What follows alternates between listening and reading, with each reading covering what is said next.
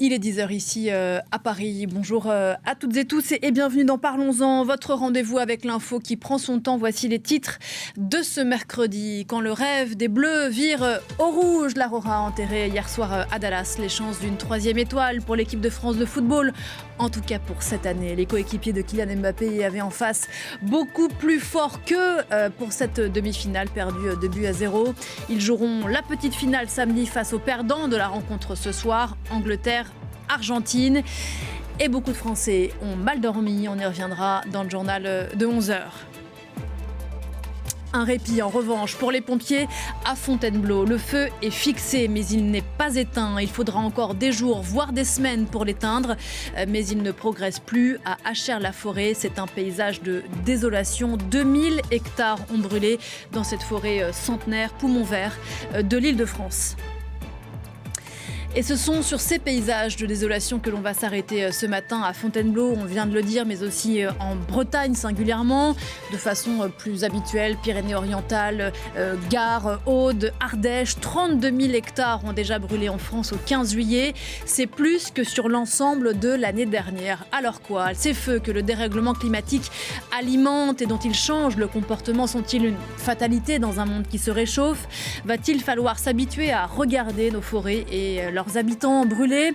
Méga-feu, la nouvelle norme? Question posée ce matin à mes invités, le lieutenant-colonel Haro, Marine Lanné, Gaël Musquet et Fanny Petitbon qui est avec nous à distance. Bonjour à tous les quatre. Merci d'être là en ce 15 juillet. C'est Parlons-en, on a beaucoup de choses à se dire et c'est parti.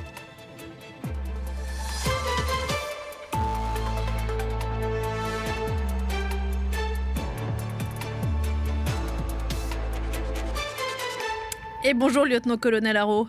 Bonjour. Et merci d'être sur ce plateau. Vous êtes porte-parole de la sécurité civile sur ce plateau. Marine Lanné également, bonjour à vous.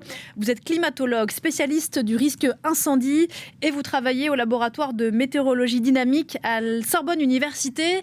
À vos côtés, Gaël Musquet. Bonjour Gaël. Bonjour. Merci d'être là aussi, météorologue, spécialiste des risques majeurs. Et puis à distance avec nous, et je vous en remercie, Fanny Petitbon.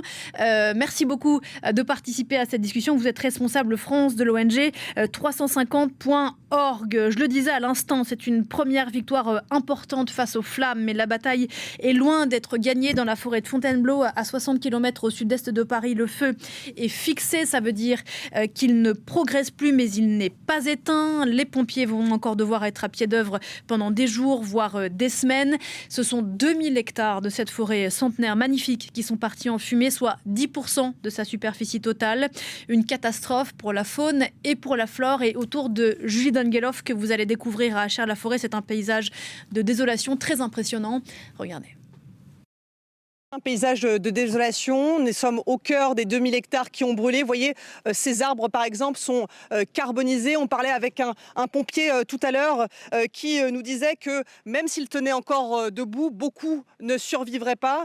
Vous voyez ce sol également sur les images de Georges Yazbek qui est couvert de cendres. On peut voir également quelques petits rongeurs qui ont été carbonisés par les flammes. Et vous le disiez, Pauline, les pompiers sont toujours à pied d'œuvre parce que le feu est fixé, à savoir qu'il est contenu, mais qu'il n'est pas éteint. Et ce que nous disait un colonel des pompiers ce matin, c'est qu'il continuait à pénétrer dans cette forêt. D'ailleurs, on le voit depuis ce matin pour faire ce qu'ils appellent la part du feu, à savoir soulever la tourbe, soulever toutes les matières végétales pour mettre la terre à nu, parce que la terre ne brûle pas, alors qu'évidemment, les végétaux peuvent brûler. Et lorsqu'on voit ce paysage très cabossé de cette forêt de Fontainebleau, on comprend combien il a été difficile pour les pompiers d'arriver ici au cœur de l'incendie avec leur lance, raison pour laquelle l'intervention des Canadair a été décisive. Et puis quelques mots, Julie, sur l'enquête, sur les responsabilités présumées dans cet incendie. Ces incendies, 4 gardes à vue sont toujours en cours et beaucoup de questions notamment autour de la garde à vue d'un jeune pompier volontaire qui a reconnu avoir mis le feu à des brindilles. Oui, tout à fait. 2 personnes sont gardées à vue et ont reconnu les faits. Vous l'avez dit, un pompier volontaire de 19 ans qui a admis allumer des brindilles avec de l'essence et un briquet. Sa garde à vue a été prolongée hier. Un autre homme dans une autre zone a été également gardé à vue et sa garde à vue est prolongée également. Lui, il parle d'un acte involontaire, d'avoir jeté sa cigarette par inadvertance. L'enquête se poursuit, on en saura plus probablement dans les prochains jours. Il y a également 2 autres personnes qui sont gardées à vue pour une autre souche de l'incendie, à savoir celle de l'autoroute A6. Et je vous le rappelle d'ailleurs, le tronçon de 25 km qui avait été fermé sur l'autoroute A6 est toujours fermé à l'heure actuelle. Selon la préfecture, il pourrait rouvrir aujourd'hui, mais pour cela, il faut d'abord faire des vérifications de sécurité, voir notamment si les bordures de sécurité sont toujours en bon état de fonctionnement, si les panneaux ne risquent pas de s'effondrer, si les structures telles que les ponts, par exemple, sont toujours en bon état. Donc vous voyez, pour l'instant, la sécurité civile, les pompiers, la Croix-Rouge, tout le monde est encore à pied d'œuvre ici dans le coin de Fontainebleau. Voilà pour ce témoignage depuis Achères-la-Forêt avec Georges Yazbek et Julie Dongeloff. Lieutenant-colonel Haro, on ne va pas passer l'émission là-dessus, mais c'est vrai qu'il faut en dire un mot. Un pompier volontaire en garde à vue qui a reconnu, alors on ne connaît pas les circonstances exactes, mais avoir mis le feu à des brindilles. Ça interroge quand même. Oui, ça ne laisse pas indifférent. Je comprends l'émoi et nous les premiers et les collègues de Fontainebleau également. Malheureusement, on l'a dit, 9 départs de feu sur 10 d'origine humaine. Les accidents, volontaires ou accidentels. La négligence, malheureusement, beaucoup, la majeure partie des feux. D'ailleurs, dans les autres personnes interpellées, il y a des personnes qui ont jeté des mégots, là encore. Et puis, effectivement, la malveillance. Alors, la malveillance, on peut avoir la malveillance voulue, c'est-à-dire des personnes qui ont des volontés, alors pour moult raisons, mais en tout cas qui veulent nuire. Et puis, les troubles psychiatriques, parce que c'est vraiment de l'ordre du trouble psychiatrique, qui peuvent toucher n'importe qui, et des personnes qui vont avoir cette fascination du feu. Et donc, dans le cas présent, potentiellement, peut-être un pompier volontaire. C'est dur pour tout le monde, effectivement, à voir, à découvrir. Et d'ailleurs, je pense que c'est peut-être dur en premier lieu pour ses collègues et pour ses confrères. Vous le disiez, donc 9 incendies sur 10 sont causés sont liés à une activité humaine. Sur la question, et c'est le cas probablement de la deuxième personne en garde à vue qui a effectivement dit avoir jeté son mégot. Donc jet de mégot, barbecue sur des aires non autorisées, problème d'étincelle sur un engin agricole. Bon là, c'est peut-être effectivement très involontaire, mais sur la question des mégots, qui d'entre nous n'a pas déjà vu en plein été des gens sur l'autoroute lancer leurs mégots à travers la fenêtre? Alors, il ne s'agit pas ici de jeter la pierre à qui que ce soit, mais il y a quand même... à minima, une espèce de déni dans le monde dans lequel on vit aujourd'hui que de lancer encore sa cigarette en plein été à proximité d'une forêt. C'est de la bêtise. C'est quoi le problème? Alors, ça devient un manque de savoir-vivre, en tout cas à minima. Aujourd'hui, en 2026, avec les campagnes de communication qui sont faites, on ne peut plus dire qu'on ne sait pas. On a ces campagnes d'affichage sur les panneaux routiers, sur les différents médias, réseaux sociaux. Donc effectivement, c'est à chacun. On ne peut pas être d'une part vouloir défendre l'environnement et puis d'autre part avoir ces petits gestes qui ont des conséquences énormes, des conséquences pour l'environnement et puis pour la vie humaine accessoirement. Il y a un autre chiffre qui est intéressant, qui est que 8 départs de feu sur 10 le sont à moins de 50 mètres d'une habitation. Donc qui reflète vraiment cette activité humaine. Alors là, ça va être des travaux, ça va être des choses où des moments de la vie où on n'a pas pris les conséquences, on n'a pas pris les mesures en mettant un extincteur, en mettant un tuyau d'arrosage, quelque chose qui permette d'arrêter tout de suite ce départ de feu. Marine Lannet, vous qui travaillez sur le risque incendie précisément, mais là je questionne peut-être plutôt votre sentiment, votre ressenti, voir qu'il y a une espèce d'automaticité des gestes, lancer un mégot à côté d'une forêt, vous y voyez un rapport avec un déni du danger? Je ne sais pas s'il y a un déni du danger. En tout cas, il va falloir se rendre compte qu'on va avoir besoin d'agir sérieusement, puisque là, avec le changement climatique, la situation ne va pas s'améliorer. Donc on voit là déjà des feux dramatiques, mais avec les émissions, la concentration de gaz à effet de serre qui va continuer à augmenter, le réchauffement climatique qui va s'intensifier, on va avoir effectivement des événements qui vont être plus sévères, qui vont être plus nombreux, qui vont toucher des zones qui auparavant étaient peu sujettes au risque incendie. Donc on sait qu'à l'horizon 2050, on aura à peu près 50% du territoire français qui sera vulnérable au feu, et en 2100, l'entièreté du territoire, avec notamment le bassin parisien et la Loire, les régions de la Loire, qui seront soumis à une vulnérabilité telle que la Méditerranée la connaît aujourd'hui dans le sud. Et ce qui paraissait inimaginable il y a quelques années, on a vu ces derniers jours des feux en Bretagne, vont devenir peut-être une réalité. On va y revenir. D'un mot là-dessus, Gaël Musquier, de plusieurs mots d'ailleurs, parce que c'est important qu'on s'y arrête. Alors on vient de le rappeler avec le lieutenant-colonel, si la plupart des départs de feu sont causés par l'humain de façon volontaire ou involontaire, avec plus ou moins de sens commun, on l'a dit, les feux sont favorisés aujourd'hui, alimentés par l'état de la Terre, la météo et donc par le dérèglement climatique. Est-ce que vous pouvez nous expliquer comment tout ça s'opère ? Alors déjà, il faut savoir que le continent européen est une des zones sur Terre qui se réchauffe le plus vite. 2 fois plus vite que le reste. 2 fois plus vite que le reste du monde. Donc en fait, si vous voulez, on est déjà soumis, nous, pays européens, à des conditions que l'on a aussi créées de par nos émissions de gaz à effet de serre, d'une part, mais surtout, on a une répétition d'épisodes anticycloniques, donc ces zones de haute pression qui reviennent régulièrement. Ces zones de haute pression, elles sont alimentées en plus par un air chaud qui arrive des zones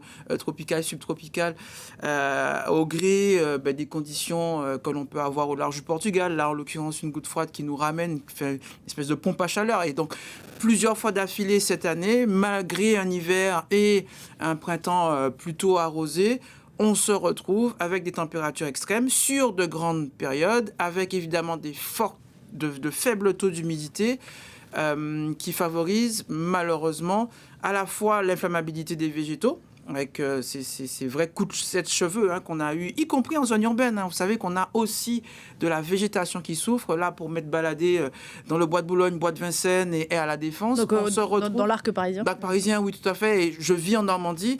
On se retrouve parfois dans beaucoup de collectivités avec les mêmes problématiques de feuilles mortes qu'on a en automne, parce que ces arbres se sont mis un peu en protection et ont perdu beaucoup de feuilles. Donc, on a effectivement là un cocktail de conditions qui favorisent d'un côté évidemment des conséquences très sévères. On a une surmortalité au niveau des personnes, des animaux aussi. Ces animaux souffrent aussi de cette chaleur et malheureusement, c'est un peu un cauchemar auquel on s'attendait, on se prépare, mais qui, là, pour le coup, nous tombe dessus sur ces feux qui se succèdent. Et je donner quand même une note positive. Je compte beaucoup sur la jeunesse. J'enseigne beaucoup dans pas mal d'écoles d'ingénieurs, j'étais même pas mal dans des collèges, des lycées. Et une des manières de contrer ces comportements parfois criminels, ces imprudences, c'est aussi la prévention. Souvenez-vous de ces enfants qui ont été nos sentinelles, nos ambassadeurs sur le tri des déchets collectifs et qui souvent rappelaient leurs parents à l'ordre quand ils avaient des gestes qui n'étaient pas appropriés. Il faut aussi compter aussi sur ces enfants pour pouvoir forcer ou accompagner les adultes à avoir des comportements responsables, mais eux aussi en avoir au moment de ce type d'aléas caniculaires et ou des feux qui peuvent se présenter. D'où la question que je voulais vous poser, Fanny Petitbon. Est-ce que, et c'est pour rebondir sur ce dont on parlait avec Marine Lannet à l'instant, est-ce que vous y voyez-vous l'expression d'une forme de déni ? C'est le fait que 9 incendies sur 10 soient créés par la main de l'homme ? Alors, c'est pas un déni, ça montre qu'il n'y a pas encore cette culture du risque, malheureusement, en France. Mais je voudrais rester positive, notamment en rebondissant sur ce que vient de dire Gaël aussi, sur le fait qu'en fait, il y a beaucoup une responsabilité individuelle qui est très importante. Et on le rappelle notamment dans la sensibilisation des jeunes générations. Mais il ne faut pas non plus déresponsabiliser l'État. Et ça, c'est très important parce que là, on met l'accent sur des départs de feu potentiellement volontaires. Mais en fait, comme l'a dit Marine Lannet tout à l'heure, en fait, il y a toutes les conditions climatiques qui sont réunies pour une propagation rapide du feu, une intensité extrêmement forte, une extension à l'ensemble du territoire. Et ça, c'est dû à des décennies d'inaction climatique. Donc ça, il faut bien se dire que chaque année, moi, mon gros problème, c'est de voir l'amnésie en fait qui frappe les gouvernements au mois de septembre. Une fois les étés catastrophiques passés, eh bien, on passe à autre chose. Et donc, on n'investit pas dans l'adaptation, on n'accélère pas la baisse du rythme des émissions. situation et on se condamne année après année à vivre une espèce de gestion d'urgence, gestion de catastrophe. Mais ce qu'on est en train de vivre, en fait, c'est juste la bande-annonce d'un film qui pourrait être bien plus grave si on n'agit pas rapidement sur un meilleur aménagement du territoire pour éviter la propagation de ces feux et si on ne réduit pas notre dépendance aux énergies fossiles. D'ailleurs, avant même ces feux précédés par ces vagues de chaleur, Fanny Petitbon, et j'en sais quelque chose car nous avions organisé une émission, un plateau début juin qui s'appelait Climat, le grand renoncement, parce que c'est vrai que vous parlez de l'État, mais dans le débat public, dans cette France qui se prépare doucement à cette élection présidentielle, le climat, jusqu'à ce qu'il se mette à faire chaud, pour dire les choses clairement, avait disparu de la discussion. Et on entend ces derniers jours des questions posées du type est-ce que ça va être l'été du grand basculement? Est-ce que les images que l'on voit, notamment à Fontainebleau, qui, c'est vrai, centralisent l'attention médiatique alors qu'il y a des feux un peu partout en France, est-ce que ces images vont susciter quelque chose d'irréversible? Est-ce que vous y croyez à ça? Oui, je pense que ce qui est en train de se passer cet été peut créer un électrochoc dont on a besoin juste avant des échéances nationales, que ce soit l'élection présidentielle et les législatives, qui sont absolument cruciales pour le pays. Le Haut Conseil pour le climat, qui est une organisation indépendante et donc qui évalue les politiques climatiques de la France et leur mise en œuvre, l'a dit très clairement la semaine dernière, la France n'est pas est dimensionnée pour un climat qui n'existe plus. On a des feuilles de route, on a des plans pour l'adaptation, on a des émissions qui baissent, mais pas suffisamment. On est sur moins 3% en 2024, moins 2% en 2025. Il faudrait qu'on soit sur un rythme annuel de baisse de 5 à 6%. En fait, on est à la moitié du chemin, on n'est pas du tout au bout. Et en fait, si on continue, on va avoir 5 fois plus de vagues de chaleur en 2050, 10 fois plus d'ici la fin du siècle. Donc là, il y a un vrai sujet déjà d'avoir des financements. Parce qu'avoir des stratégies sur le papier, en fait, qui ne sont pas mises en œuvre, c'est absolument catastrophique. Et il faut savoir que la France a mis en place en 2024 un fonds qui s'appelle le Fonds vert, qui est un fonds absolument clé pour aider les collectivités à mettre en place des projets à l'échelle locale. Ce fonds a été divisé par 3 en 3 ans. C'est absolument ridicule. Et on n'arrête pas de nous dire que l'État est courageux parce qu'il n'y a pas d'argent, donc il faut mettre en place des politiques d'austérité. Nous, ce que 350 dit, c'est que c'est faux, l'argent existe, il faut notamment aller le chercher dans les poches des responsables de cette crise climatique, et en particulier les multinationales fossiles comme Total Energy, qui se font absolument énormément d'argent, on l'a vu notamment depuis le début de l'année avec la guerre en Iran, dont les profits ne sont pas taxés en France. Et il faudrait le faire pour pouvoir investir dans l'adaptation, pour pouvoir mieux préparer les Français et les Françaises, et aussi pour changer nos modes de production, de consommation, de déplacement. Tout ça pour sortir de cette dépendance au pétrole et au gaz et vraisemblablement promettre un avenir qui tient la route pour nos enfants. Lieutenant-colonel Haro, je rappelle que vous êtes porte-parole de la sécurité civile. Comment est-ce que le dérèglement climatique, et on viendra à la question des solutions et des financements dans un instant, comment est-ce que le dérèglement climatique a changé la nature des feux que l'on connaît en France et dans l'ouest de l'Europe d'ailleurs? Eh bien, ça l'a changé de manière très visible. Hein. On voit bien depuis 2003, j'ai envie de dire, la première canicule. Et donc, c'est les feux qui s'en sont suivis dans le massif des morts, hein, avec des feux rapides, intenses et vraiment, on a vu un peu ces panaches gigantesques. Ça a été le premier gros signal des années 2000. Et puis, petite période un peu d'accalmie avec quelques saisons actives, mais pas aussi massives. Et puis le deuxième gros signal, c'était 2022, l'Hondiras. Donc on voit des feux plus gros, plus intenses, plus rapides. Hein. La vitesse de propagation du feu de Ribaute l'année dernière dans l'Aude et encore celui de Trévillac ces dernières semaines est quand même tout à fait impressionnant. Parce que le sol est plus sec? Parce que la végétation est plus sèche? Alors elle est du côté de Trévillac, la végétation elle est pas sèche, elle est morte. On a des zones dans les Pyrénées-Orientales avec 70% de végétation morte, qui brûlera de toute façon à un moment donné. Et donc, il nous faut ce cocktail. Et qui est morte, pourquoi ? Parce que les vagues de canicule, parce que la sécheresse, parce que le manque d'eau. Et donc parce que les parasites favorisés aussi par les hivers plus chauds. Alors j'ai pas de recul là-dessus. On a aussi, on a quelques problèmes avec des insectes qui se développent aussi, qui attaquent les arbres. Mais là, les Pyrénées-Orientales, en l'occurrence, là, c'est plusieurs années de sécheresse. Et donc on le constate en tout cas. Et donc tout ça, dès lors que le vent va se lever avec une sécheresse qui aura précédé pour finir d'assécher, faire cet effet sèche-cheveux sur la végétation. Et donc il manque l'étincelle. L'étincelle, encore on l'a dit, 9 cas sur 10, elle est d'origine humaine. Et donc le cocktail est là. Et donc on voit des feux qui sont plus rapides, plus fréquents, plus intenses et surtout plus au nord du pays. On l'a souligné tout à l'heure, plus les années passent et plus les feux remontent sur la Bretagne et aujourd'hui au nord de la Seine. On est le 15 juillet. 32 000 hectares de forêt ont déjà été détruits pour ce milieu d'année 2026. C'est plus que sur toute l'année 2025. Est-ce à dire que l'été que l'on va vivre, a priori, selon les schémas, va être peut-être le pire qu'on ait connu, Marine Lanné, sur cette question ? Mais ce qui est sûr, c'est que le fait d'avoir des vagues de chaleur qui arrivent déjà tôt dans la saison et vont peut-être se reproduire. Là, on a eu fin mai, on a eu fin juin, là, on en a eu une début juillet. Ça assèche la végétation, ça l'affaiblit. Et donc, c'est un terrain fertile pour la suite de la saison. Là, on voit des épisodes qui sont extrêmes, qui sont particulièrement précoces. Tôt dans la saison, qui sont étendus. La saison des feux a commencé comme la saison des vagues de chaleur, plus tôt que les années précédentes. On voit l'épisode de juin, il est exceptionnel pour un mois de juin, mais même pour un été en général.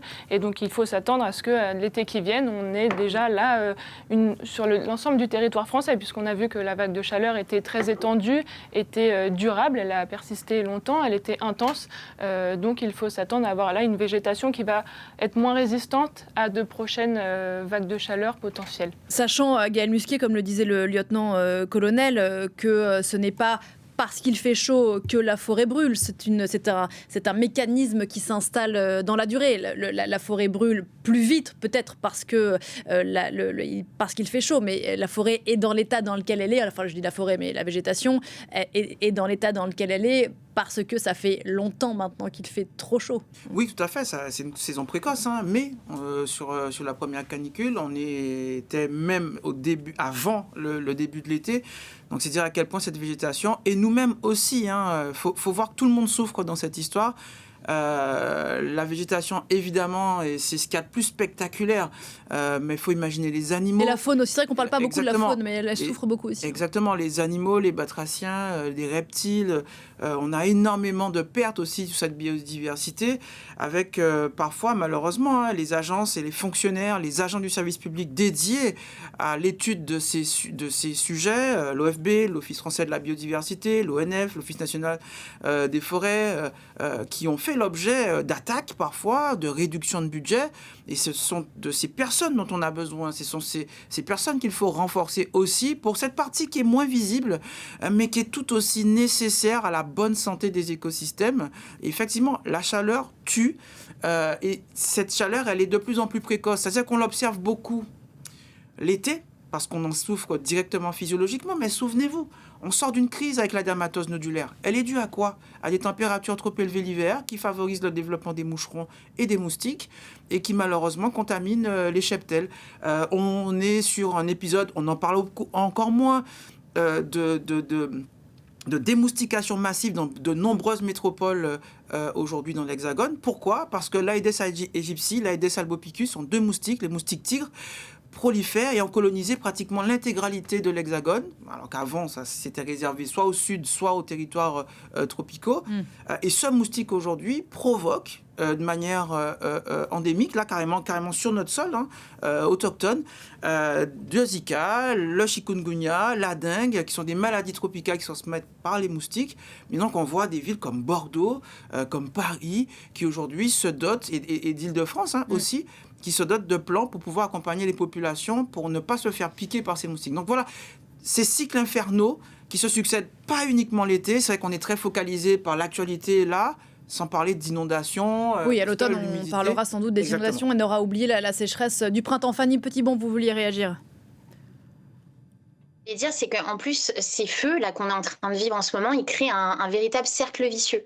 C'est-à-dire que la forêt qui absorbe une partie du CO2 qui est émis chaque année par nous, les Français et les Françaises, elle joue le rôle de puits de carbone. Mais en fait, il y a un grain de sable dans le mécanisme là qui fait que le mécanisme s'enraye, c'est que les émissions liées aux activités humaines, elles accentuent le réchauffement climatique.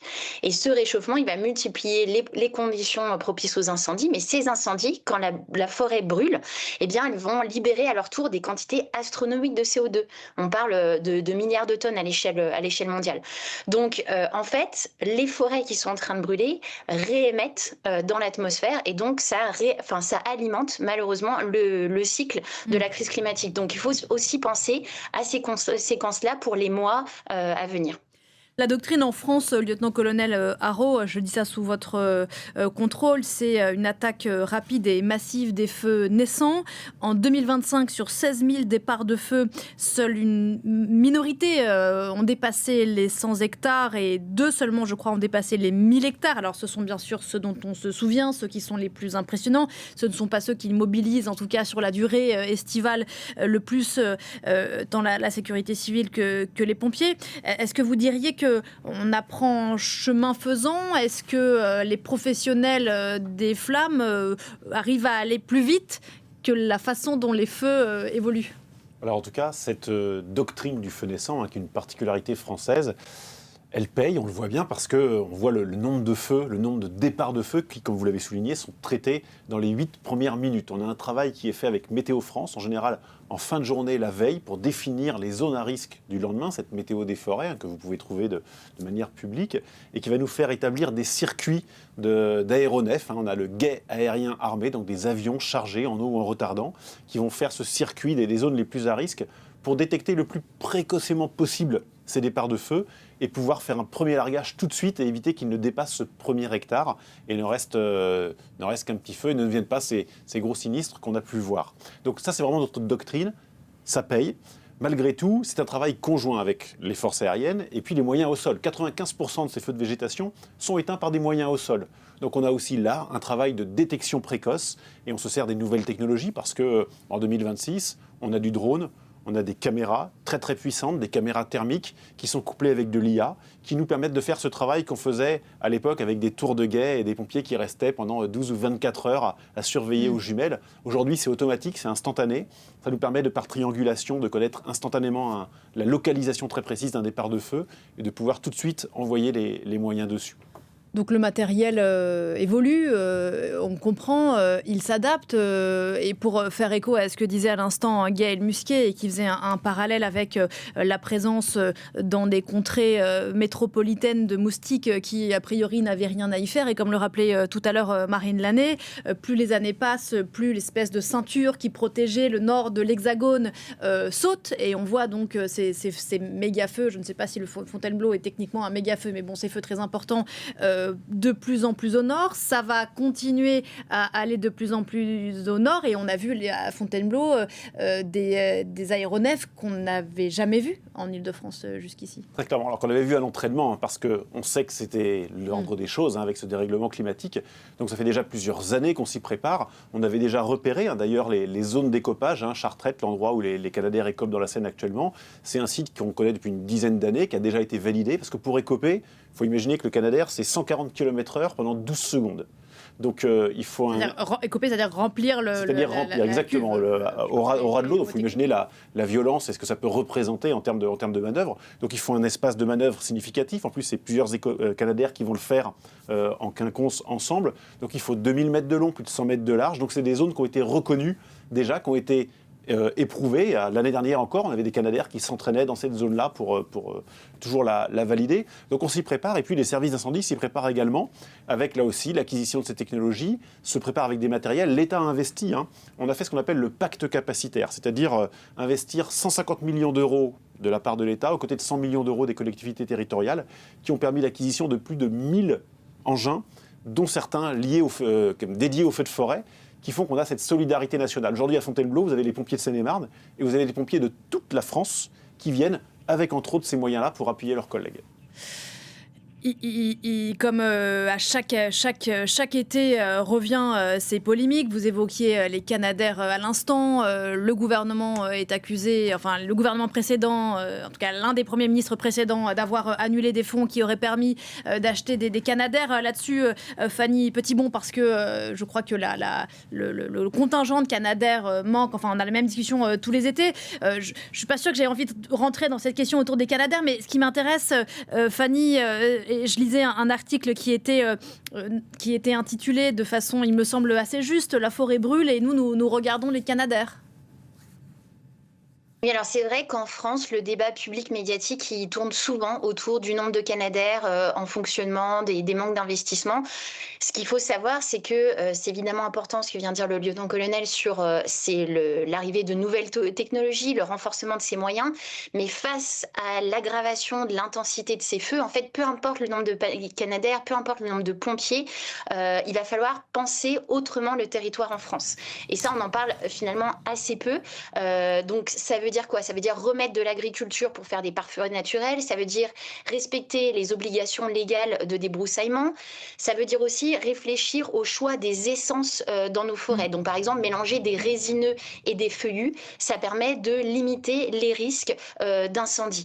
Donc au-delà des moyens, on va dire stricto sensu techniques, il faut aussi repenser le territoire avec les collectivités territoriales, parce que ça nous permettra d'avoir un impact sur le moyen et sur le long terme. Bon, ça n'empêche pas bien sûr qu'il faut avoir le matériel adéquat. J'enfonce une porte ouverte. La France est le 4e pays le plus boisé d'Europe, avec 17 millions d'hectares boisés. Pour rebondir sur ce que disait à l'instant Fanny Petitbon, Gaël Musquet, la forêt aussi doit s'adapter, doit être adaptée. Vous évoquiez tout à l'heure l'ONF, l'Office national des forêts, qui fait ça aussi, qui essaie, j'imagine, d'adapter la forêt à ce qu'elle puisse survivre aux conditions climatiques de demain? Oui, bien sûr, on a tout un génie d'agroforesterie qui est à l'œuvre, et ces espèces, l'INRA aussi, qui travaille aussi sur les enjeux agricoles, sur la découverte de nouvelles espèces, le développement de nouvelles espèces résistantes. Pour faire coexister des espèces dans la forêt pour qu'elles se protègent d'une certaine façon? Ou qu'elles résistent, que ces espèces puissent résister. Ces arbres vont mettre des dizaines d'années à pousser. J'aimerais faire un tout petit pas de côté qu'on oublie souvent au moment des COP sur la nécessité de financer, d'aider et d'accompagner les pays en voie de développement. Ces propositions aussi qui sont portées par le GIEC, c'est qu'on oublie que la survie de nos forêts dépend aussi, puisque c'est un phénomène global, mondial, de ce qui se passe au Niger, de ce qui se passe au Mali, de ce qui se passe au Brésil, de ce qui se passe au Suriname, qui se passe en Indonésie. Cette forêt française, elle est aussi victime, alors, à la fois de ce que nous avons émis comme gaz à effet de serre, mais sur notre incapacité aussi à accompagner des pays pour éviter la déforestation d'un côté des forêts tropicales, mais aussi, et le GIEC le dit, de planter aussi des arbres dans des zones où ces arbres sont beaucoup plus efficaces, moins chers à planter pour des raisons de main-d'œuvre ou d'accès aux espèces, parce que ces puits de carbone, comme le disait Fanny Petitbon, ils sont aussi en Europe, bien évidemment, mais ces arbres sont beaucoup moins efficaces dans nos zones, puisque n'oubliez pas que l'hiver et à l'automne, ces arbres perdent leurs feuilles, donc leur capacité de faire de la photosynthèse, donc capter le carbone. Donc il faut planter ces arbres dans les zones tropicales, accompagner ces pays, décarboner leur économie, leur mode de transport, pour qu'on ait ce combat qui doit être gagné au niveau mondial. Et si je devais rajouter encore un petit pas de côté, on pense évidemment aux sciences dures. Il faut penser aux sciences humaines, aux sciences sociales. Il y a beaucoup de personnes qui sont actuellement extrêmement affectées. Alors, soit parce qu'elles ont perdu leur maison dans le cadre de ces feux, elles ont vu le danger, soit parce qu'elles sont éco-anxieuses aussi. Donc on a besoin de l'industrie de la culture. On a besoin de beaux films. On a besoin de beaux documentaires, on a besoin de belles poésies, on a besoin de littérature. Parce que si on veut accompagner les populations sur ces gestes qui sauvent, sur cette capacité à prendre en compte dans les politiques publiques, il faut faire rêver les gens. La peur ne peut pas être le seul moteur. Et on le voit d'ailleurs sur les politiques publiques. Avant ces feux, les préoccupations sur les élections municipales, l'environnement arrivait en 6e position. Premier sujet, la sécurité. Je ne dis pas que ce n'est pas un sujet. Mais vous constatez bien qu'on a besoin aussi d'accompagner les populations sur du rêve, qui est un moteur beaucoup plus puissant que la peur, et surtout pour ces enfants, pour accompagner les politiques publiques et accompagner sur ce qui fait vraiment changer le climat. Et j'imagine d'expliquer pourquoi, comme vous venez de le faire, un habitant de l'Amazonie qui voit la forêt amputée, en réalité a beaucoup en commun avec un habitant d'Achères-la-Forêt à Fontainebleau, dont l'habitation a été aussi menacée par les flammes. Là-dessus, Marine Lanné, donc on l'a dit à l'horizon 2100, c'est ce que vous rappeliez tout à l'heure, il y a ce risque encore plus étendu dans une France qui va se réchauffer. A priori, c'est une certitude, des feux toujours plus vers le nord et toujours plus longs. Fanny Petitbon le disait tout à l'heure, on n'est pas forcément démunis. Il y a des solutions. Alors, il y a les solutions techniques d'adaptation des pompiers et de la sécurité civile à faire face au feu, mais il y a je pense à la forêt landaise, notamment, qui elle aussi a été très, très, très touchée par les feux. Ces tranchées qui sont censées arrêter les flammes. Il y a la question de cette obligation de débroussailler ces propriétés. Il y a des choses qui existent. Oui, moi je voudrais rappeler que la première action, c'est quand même de réduire les émissions de gaz à effet de serre, puisque c'est ça qui nous amène dans le mur.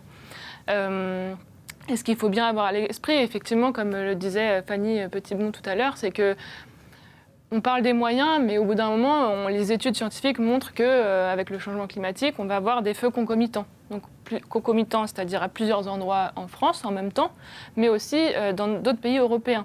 Et on sait qu'on a un réseau de solidarité européen qui fait que parfois, il y a des pompiers du Portugal ou d'Espagne, de Grèce qui viennent nous aider, et inversement, voilà. Au point qu'on ne va pas arriver à faire face à un moment donné, ça sera trop je vous vois... Et on l'a déjà connu, 2017, où le Portugal fait appel au mécanisme de protection civile de l'Union européenne pour des Canadair.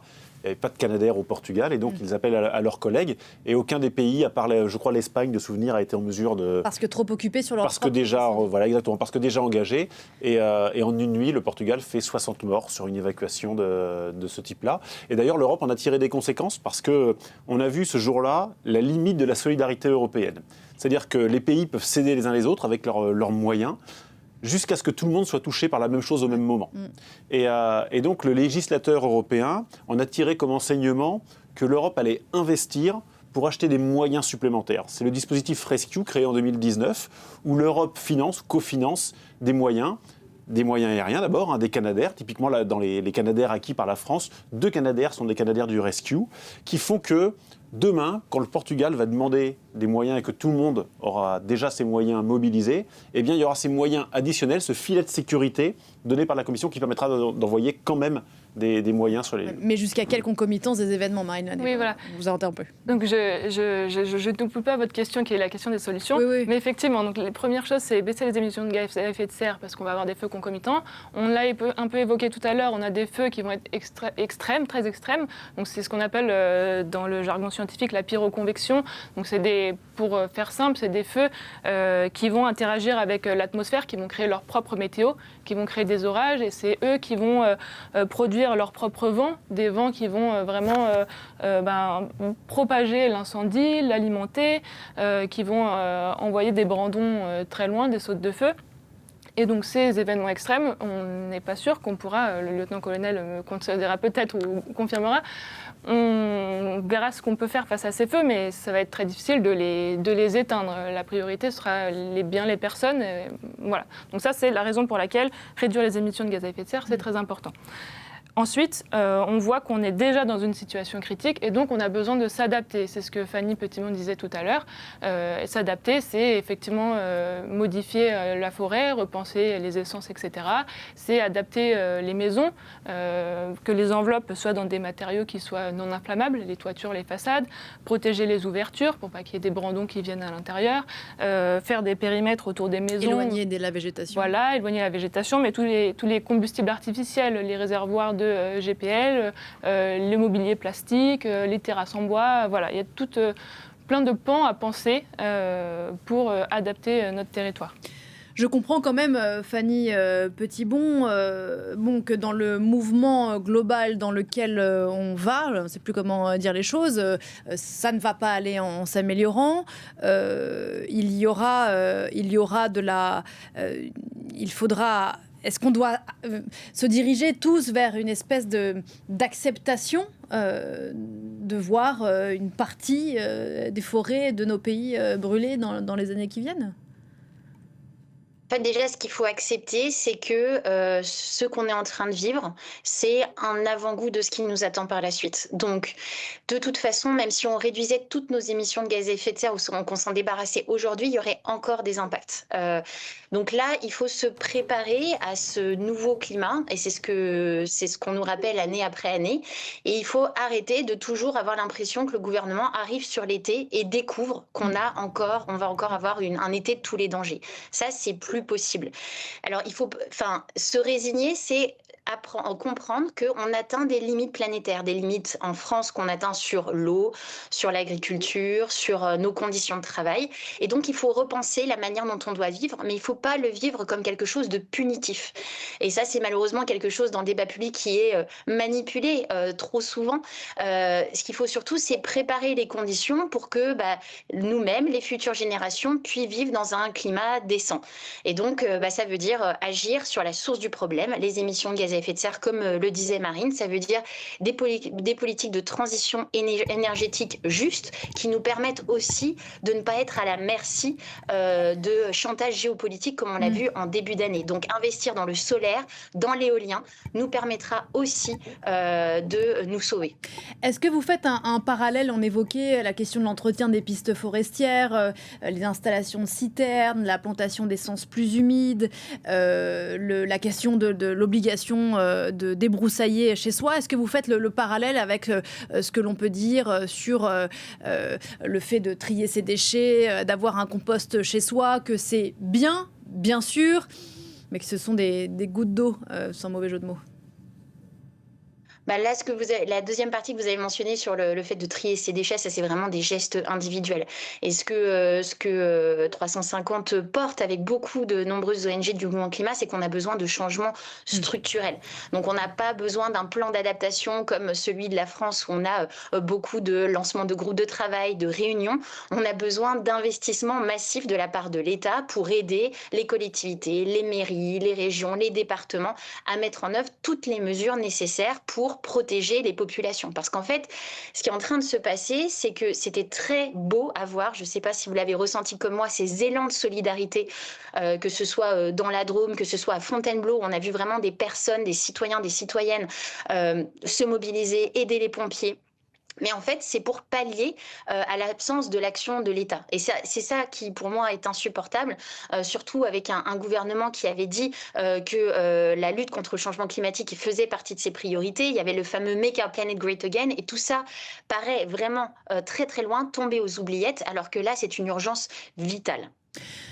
Je pense, lieutenant-colonel, que vous n'allez pas répondre à ma question, mais je la pose quand même. Est-ce que vous, en tant que professionnel, ou en tout cas les professionnels que vous représentez ici sur ce plateau, ressentent une forme de, je ne sais pas quel est le mot, peut-être pas de désespoir, mais de lutter contre quelque chose dont ils savent que ça va aller s'empirant?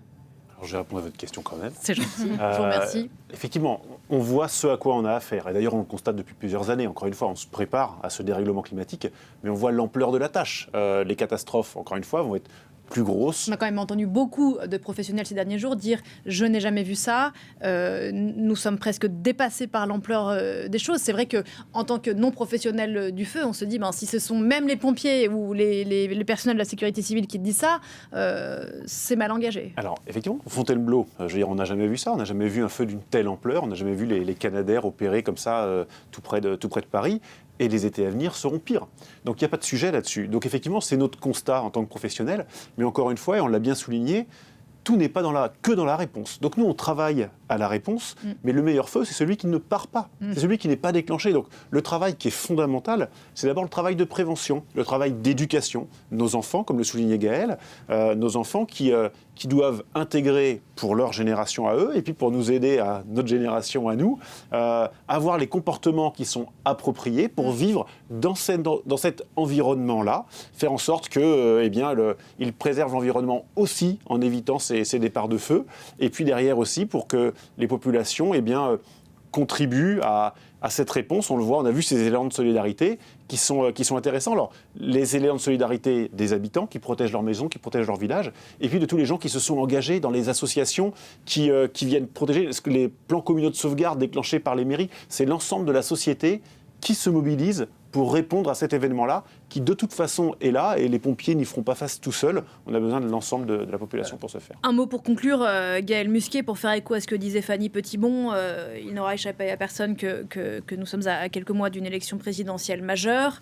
Ce serait une erreur fondamentale de ne pas faire de la question du dérèglement climatique l'un des sujets, pour ne pas dire le sujet du débat public. Oui, et puis ça irait à rebours de l'histoire. L'histoire, déjà, des engagements qui ont été pris par le gouvernement précédent, par nos aînés, sortis de la guerre, le Conseil national de la résistance fonde la Caisse centrale de réassurance pour que les Français se dotent d'un outil financier pour faire face aux calamités naturelles. On parlait pas encore de réchauffement climatique, donc il y a un sens de la responsabilité sur tous les risques, pas que, évidemment, le risque climatique, on a aussi des risques géologiques, on a des volcans aussi en France, on a des tsunamis qui sont possibles. Il faut vraiment monter en puissance sur la culture du risque, c'est vraiment une question globale qu'il faut avoir, et ça passe par l'éducation, par des plans d'action, plein de plans, mais des plans d'action qui permettent derrière d'accompagner. Mais là encore, on a besoin de cette industrie de la culture, des médias, pour pouvoir parler de ces sujets de manière moins anxiogène et avec beaucoup plus de perspectives pour parler des solutions. Merci beaucoup en tout cas à tous les quatre d'avoir participé à cette discussion que j'espère avoir été pédagogique. Merci beaucoup Gaël Musquet, Marine Lannet, merci beaucoup du laboratoire de météorologie dynamique de Sorbonne Université, lieutenant-colonel Haro, porte-parole de la sécurité civile, bien du courage à tous ceux qui travaillent sur le feu et qui vont sans doute continuer à y travailler cet été. Fanny Petitbon, merci beaucoup d'avoir été avec nous à distance, responsable de France de l'ONG 350, une émission à revoir en replay. C'était pour ma part le dernier numéro de Parlons-en de cette saison. On se retrouvera bien sûr à la rentrée après la fameuse grille d'été. J'en profite pour remercier l'équipe de Parlons-en, Samy Vincent Lacerda, Anan Saïdani et Mariam Pirzadeh. Mais on se retrouve quand même dans un petit quart d'heure pour le journal de 11h. À tout à l'heure.